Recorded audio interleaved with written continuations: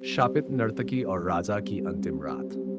नाचो, नहीं तो मौत मिलेगी। राजा साहब, रात आपकी महफिल में कौन सी नर्तकी नाचेगी? मंत्री ने मुस्कुराते हुए पूछा। राजा हर्षवर्धन सिंह ने अपने सोने जड़े सिंहासन पर बैठे बैठे अंगूर का एक दाना मुंह में डाला और हंसते हुए बोले, जो सबसे सुंदर होगी और सबसे ज्यादा रोएगी। पूरा दरबार हंस पड़ा।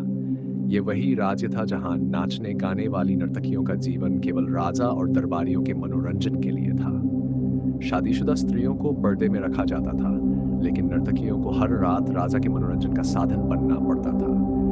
ये परंपरा सदियों से चली आ रही थी। राजा जो चाहे, जब चाहे, जिसे चाहे चुन सकता था।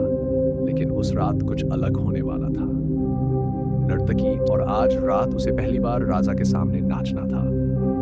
तुम डरी हुई लग रही हो, बगल में बैठी बूढ़ी नर्तकी ने कहा। डर नहीं, घृणा हो रही है, चंपा ने जवाब दिया। वह जानती थी कि ये सिर्फ नाचने तक सीमित नहीं है। परंपरा के अनुसार जिसे राजा चुनता था, उसे उसकी पत्नी की तरह रात बितानी पड़ती थी। फिर चाहे वह सती राजकुमारी हो, साधारण लड़की हो या नर्तकी, लेकिन चंपा अलग थी। उसकी हंसी में जहर था, उसकी नेत्रों में आग थी और उसकी आंखों में एक गहरा राज छिपा था।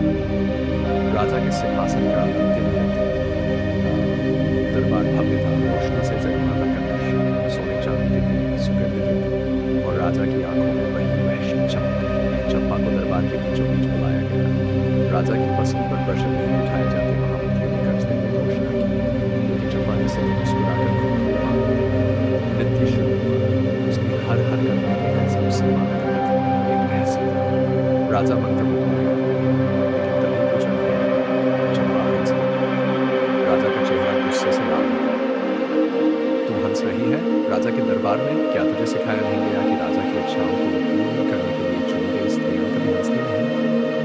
चंपा ने घुंघरू उतार दी और जोर से हंसने लगी। राजा हर्षवर्धन सिंह, मुझे मत देखो, अपनी किस्मत देखो। ये महल गिरने वाला है। राजा क्रोध से उठ खड़ा हुआ। बकवास बंद कर और नृत्य जारी रख। अब मैं नाचूंगा, चंपा ने धीरे से कहा, लेकिन तुम्हारे पूर्वज मेरी हंसी पर नाचे।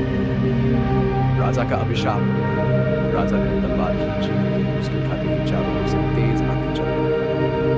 दीपक बुझ गए, सिंहासन हिल गया और दरबारियों के चेहरे पर डर की लकीरें उभर आईं। चंपा हवा में तैर रही थी। दुनिया हजारों स्त्रियों की खुशी थी, लेकिन आज वह खुदा के हर सामने से ये हंसी तो राजा बोले, कौन है?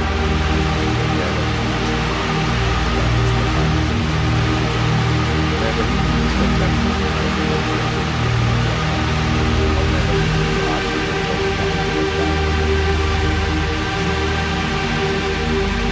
चंपा ने राजा को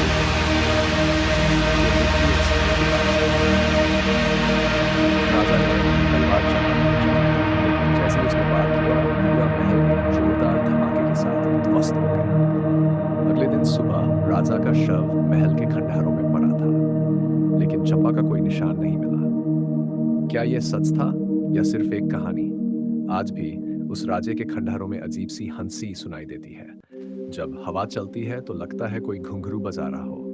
लोग कहते हैं कि वह नर्तकी मरी नहीं, बल्कि अमर हो गई, क्योंकि यह सिर्फ चंपा की कहानी नहीं थी। यह उन हजारों स्त्रियों की कहानी थी जिनका जीवन राजाओं के मनोरंजन में बीत गया। आज भी जब कोई महल में अकेला जाता है तो किसी की धीमी हंसी सुनाई देती है, और वह हंसी पूछती है, क्या तुम भी राजा हो? क्या आप इस कहानी का अंत जानना चाहते हैं तो कमेंट में जय बजरंगबली जरूर लिखें।